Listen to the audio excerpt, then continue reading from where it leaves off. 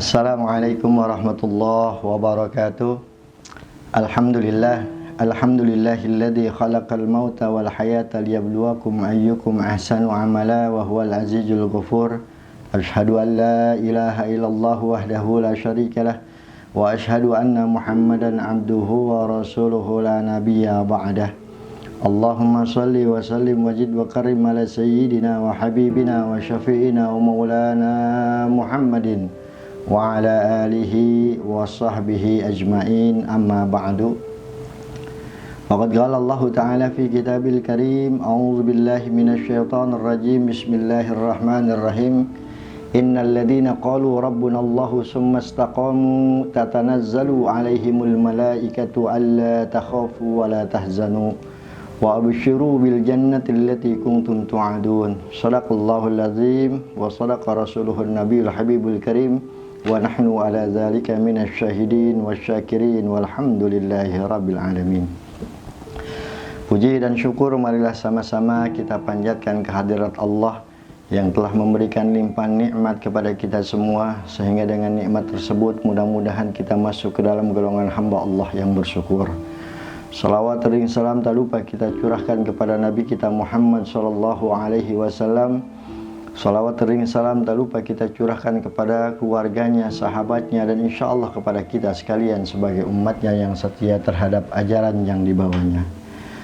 Hadirin yang dirahmati oleh Allah subhanahu wa ta'ala, setiap kita pasti menginginkan kehidupan yang bahagia.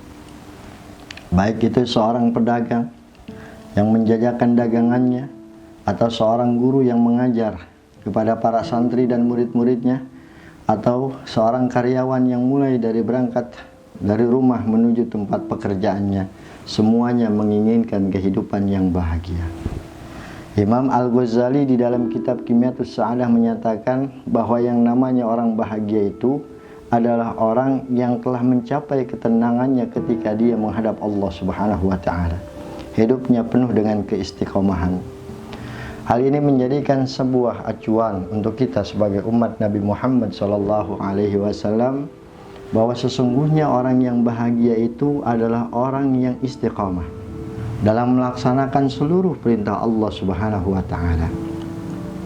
Di dalam Al-Qur'anul Karim, Allah Subhanahu wa taala menjelaskan, innal ladzina qalu rabbunallahu tsumma istaqamu. Innal ladzina, sesungguhnya orang-orang, qalu rabbunallahu tsumma istaqamu, yang mereka berkata bahwa Allah Subhanahu wa taala adalah Tuhan kami. Kita menyatakan dengan keikhlasan, dengan keridhaan bahwa Allah adalah Tuhan kita semua. Dan juga kita menyatakan dengan penuh keikhlasan, kesadaran, keridhaan bahwa Nabi Muhammad sallallahu alaihi wasallam itu adalah nabi kita semua. Kemudian apa yang Allah Subhanahu wa taala sampaikan kepada Rasulullah sallallahu alaihi wasallam dalam hal melaksanakan apa yang Allah taala wajibkan kepada beliau, salah satu di antaranya yaitu melaksanakan sholat. Kemudian dengan keistiqomahan kita melaksanakan sholat itu dengan semampu kita. Kita jaga sekuat tenaga kita dari hal-hal yang bisa meninggalkan ibadah sholat.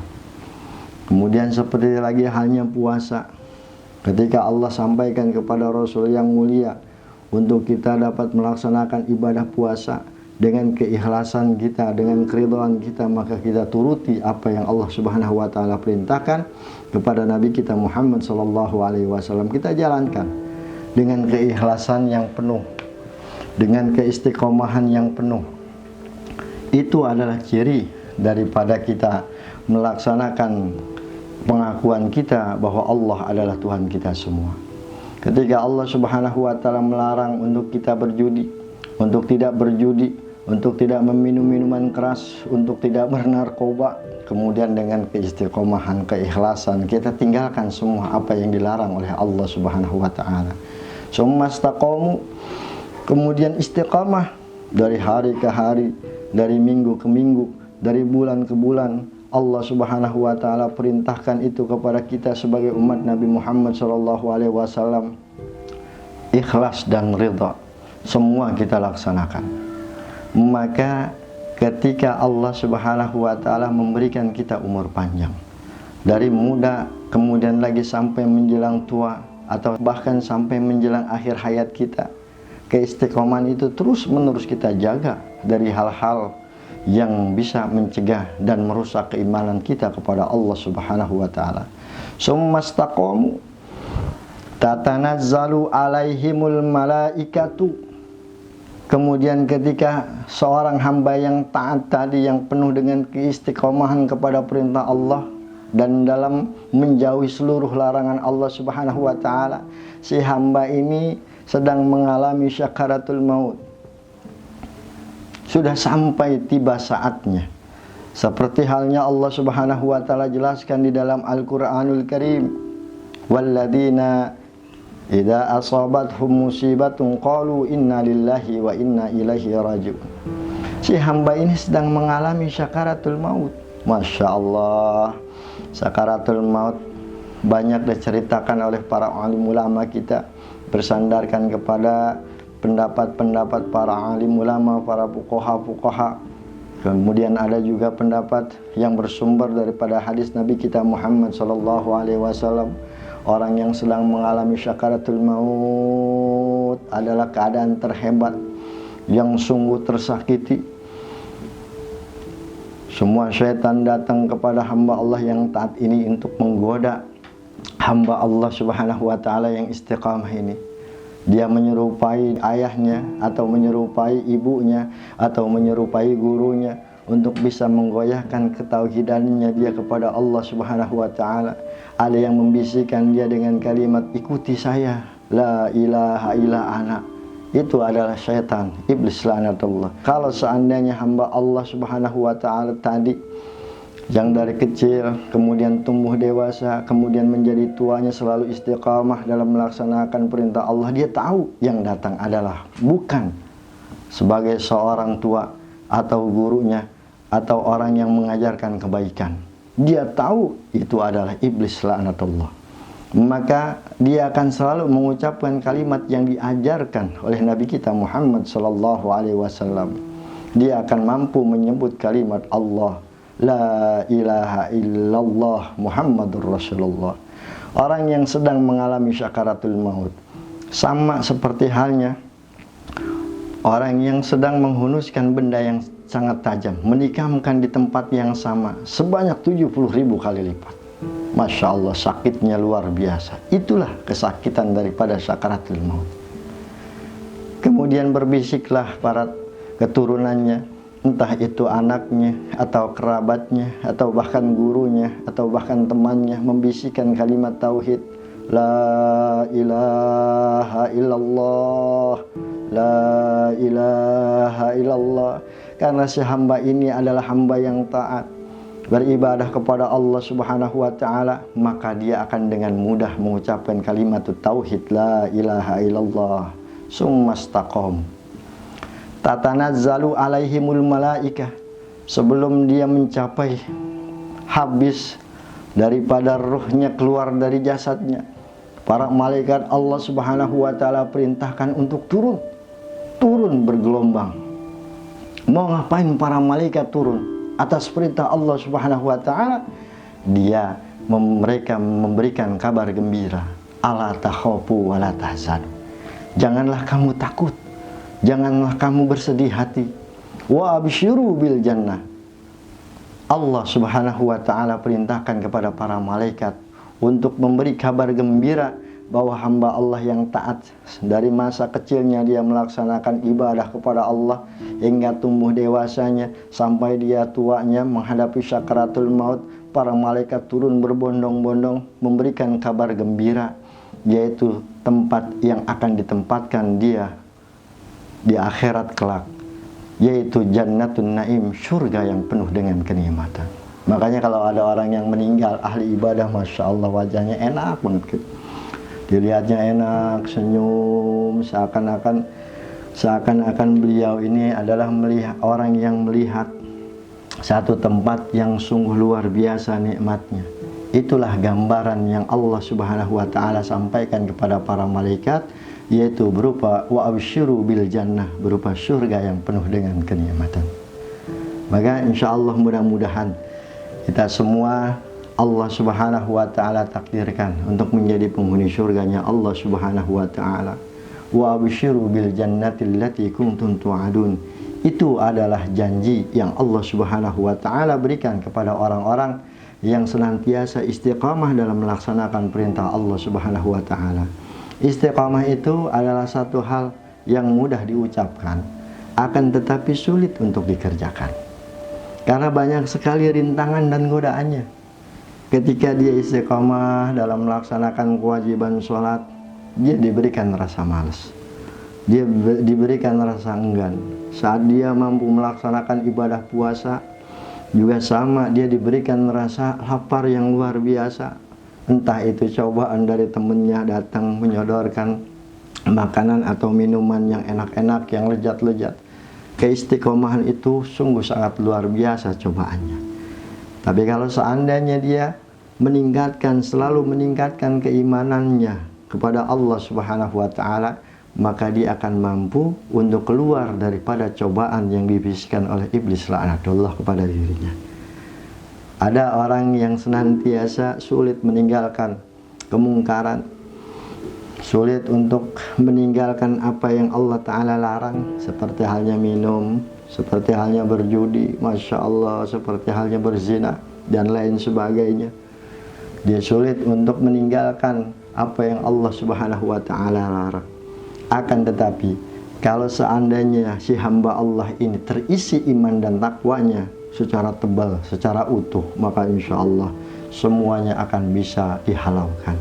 Kita hanya berharap mudah-mudahan seluruh amal ibadah kita, seluruh iman kita akan jadi motivasi kita, pembangkit kita untuk senantiasa semangat meningkatkan keimanan dan ketakwaan kepada Allah Subhanahu wa ta'ala. Amin ya rabbal alamin. Hadirin yang dirahmati oleh Allah Subhanahu wa ta'ala, apakah dengan iman, keistiqomahan dalam keimanan kepada Allah bisa meningkatkan derajat kehidupan kita? Maka jawabnya adalah bisa. Mana buktinya? Buktinya lihat pejuang-pejuang kita, orang-orang yang berjuang untuk menegakkan kalimat merdeka di tanah air yang kita cintai ini. Dari puluhan tahun, ratusan tahun, dan bahkan sampai 350 tahun kita dijajah oleh Belanda. Semua para alim ulama kita, para ulama-ulama kita, dari pejuang-pejuang kita, mereka senantiasa istiqamah di dalam keimanannya kepada Allah Subhanahu wa ta'ala. Paginya mereka berjuang melawan penjajah, siangnya mereka berdiri untuk munajat kepada Allah Subhanahu wa ta'ala di dalam salat tahajudnya, di dalam zikirnya. Yang apa Allah Subhanahu wa ta'ala berikan kepada mereka? Akhirnya Allah Subhanahu wa ta'ala memberikan apa yang mereka inginkan, yaitu cita-cita meraih kemerdekaan. Sehingga mereka mendapatkan kemerdekaan. Yang menikmati bukannya mereka saja, akan tetapi kita menikmati. Ini berawal dari keimanan kepada Allah. Karena iman itu adalah sebuah motivasi, dorongan yang kuat untuk mencapai target apa yang mereka inginkan. Coba kita renungkan sejenak. Kalau seandainya ada orang yang penakut, orang yang takut kepada musuh, kepada Belanda, karena mereka memiliki persenjataan yang hebat, yang lengkap. Kemudian mereka itu memiliki motivasi iman, maka takutnya itu akan hilang. Karena yang ada dalam hati dan pikiran mereka adalah jihad fisabilillah untuk mendapatkan kemenangan, meraih kemerdekaan dari tangan penjajah. Itu adalah mati syahid. Andaikan mereka berjuang dengan penuh keikhlasan, keridhaan, hubbul watan minal iman, maka insya Allah mereka akan jadi orang-orang yang mati syahid. Ini yang ada dalam alam pikiran dan di hati para pejuang-pejuang kita.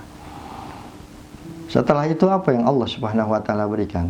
Apa yang mereka inginkan, munajatkan, akhirnya diberikan oleh Allah Subhanahu wa ta'ala. Ini bukti nyata bahwa sesungguhnya iman itu bisa menjadi motivasi untuk seorang mukmin atau mukminah atau bangsa yang sangat besar ini untuk mencapai kemajuan.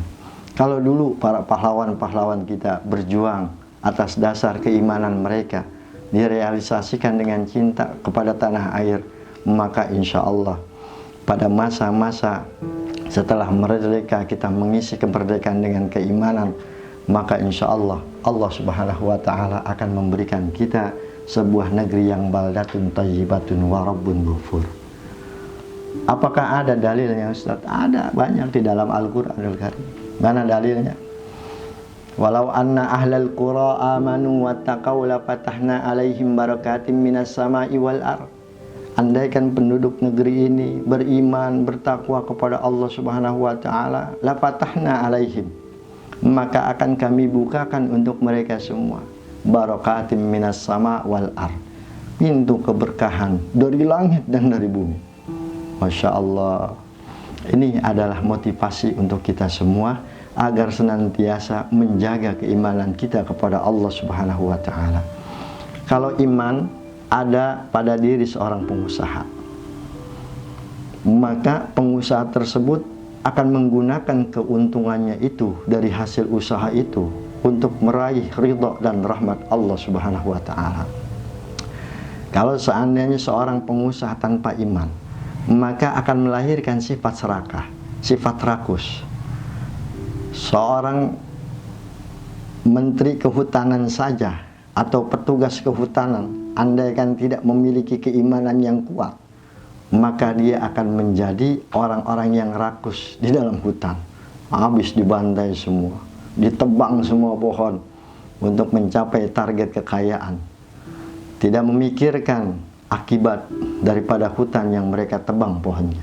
Kalau seandainya iman itu ada dalam hati para penguasa negeri ini, maka insya Allah negeri ini akan Allah Subhanahu wa Ta'ala berikan negeri yang baldatun thayyibatun wa rabbun ghafur.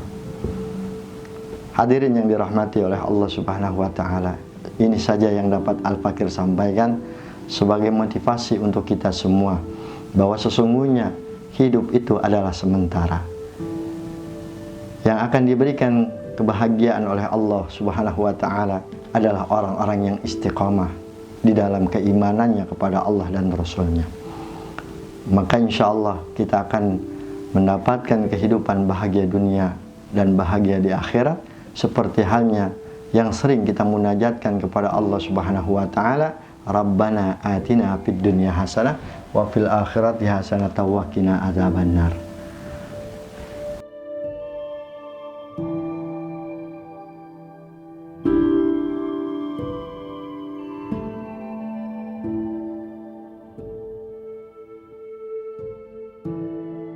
Semoga menjadi manfaat untuk kita semua. Wabillahi taufiq wal hidayah. Assalamualaikum warahmatullahi wabarakatuh.